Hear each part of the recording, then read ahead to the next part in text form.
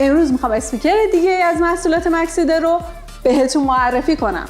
اسپیکر دیجی YM523 LP5 از سری پارتی لاک که با قابلیت‌های بیشماری که داره تجربه شنیداری شما رو به سطح جدیدی میبره. با ما همراه شوید.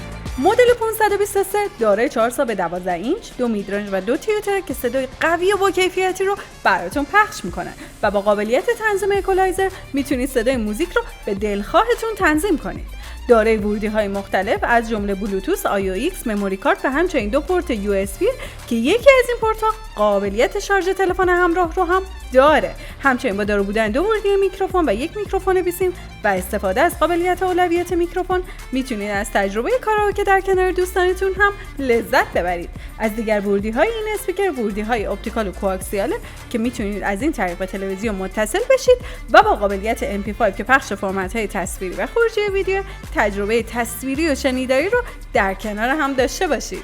این اسپیکر جذاب با کیفیت با گارانتی شرکت گاندو سرویس و خدمات پس از فروشه، پس با خیال راحت میتونید یک انتخاب ایدئال داشته باشید و از تجربه شنیداریتون نهایت لذت رو ببرید. از اینکه با ما همراه بودید ازتون سپاسگزارم. خدا نگهدار.